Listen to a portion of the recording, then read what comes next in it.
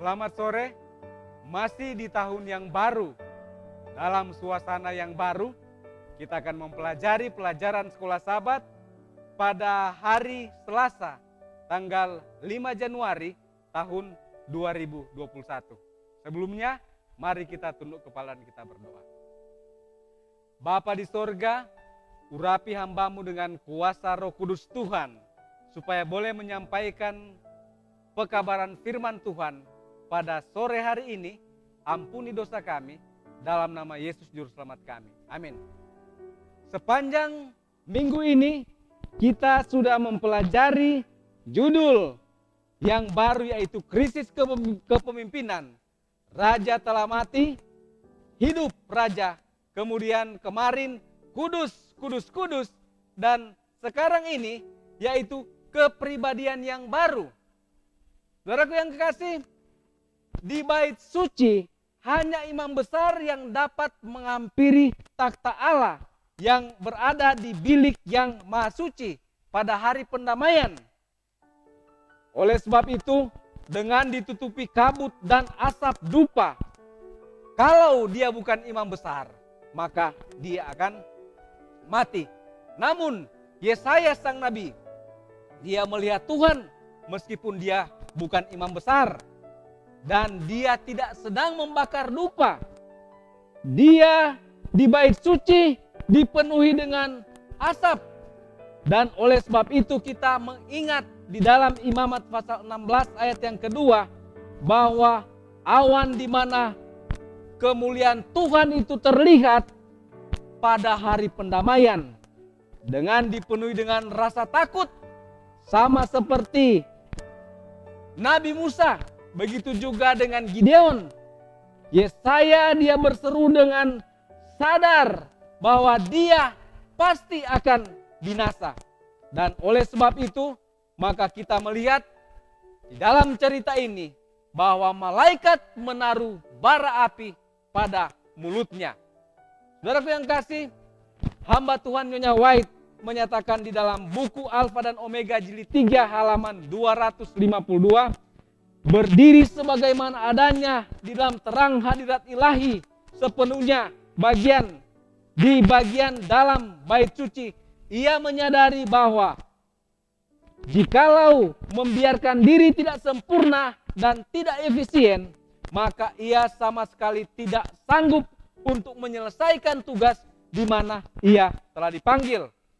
Nah, saudaraku yang kasih, oleh sebab itu kita melihat di dalam ayat 6 dan ayat yang ke-7 menyatakan bahwa pada saat serafim, salah seorang malaikat, dia yang menjaga di bilik yang maha suci, pada saat dia menyentuh bibir Nabi Yesaya, maka dosanya dihapuskan. Di dalam Yesaya 6 ayat yang ke-7. Tetapi dosa itu tidak dijelaskan lagi, bahwa dosa itu adalah dia keluar dari bibirnya. Dan itu melambangkan kepribadian yang dimiliki oleh Nabi Yesaya. Dan akhirnya, maka sekarang Yesaya setelah dibersihkan dari moral, maka dia sekarang dimampukan untuk mempersiapkan persembahan, untuk mempersembahkan pujian yang tulus kepada Allah. Nah, saudaraku yang kasih, lebih lanjut kita mempelajari akan pelajaran sekolah Sabat pada saat ini.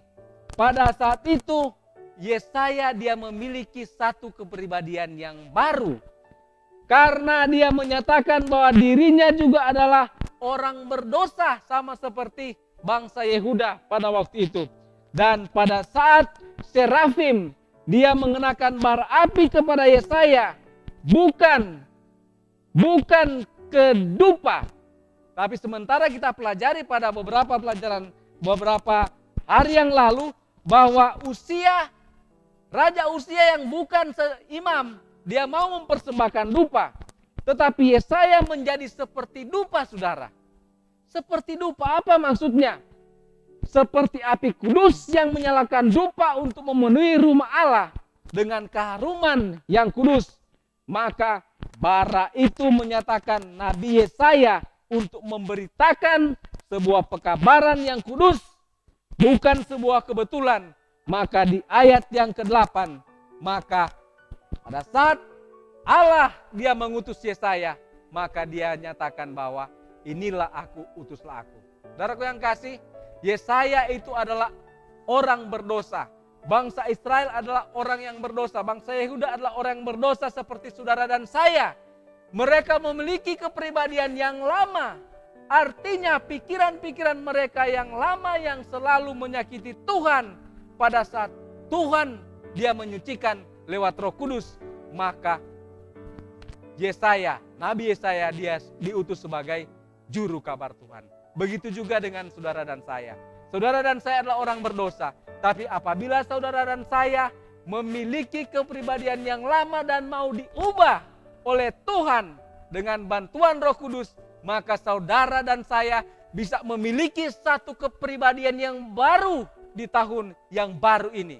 Dan demikian saudara akan menjadi seperti seorang Nabi Yesaya.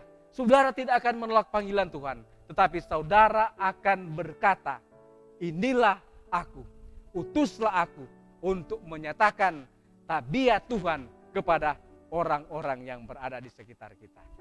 Tuhan kiranya memberkati saudara-saudara dalam nama Yesus. Amin.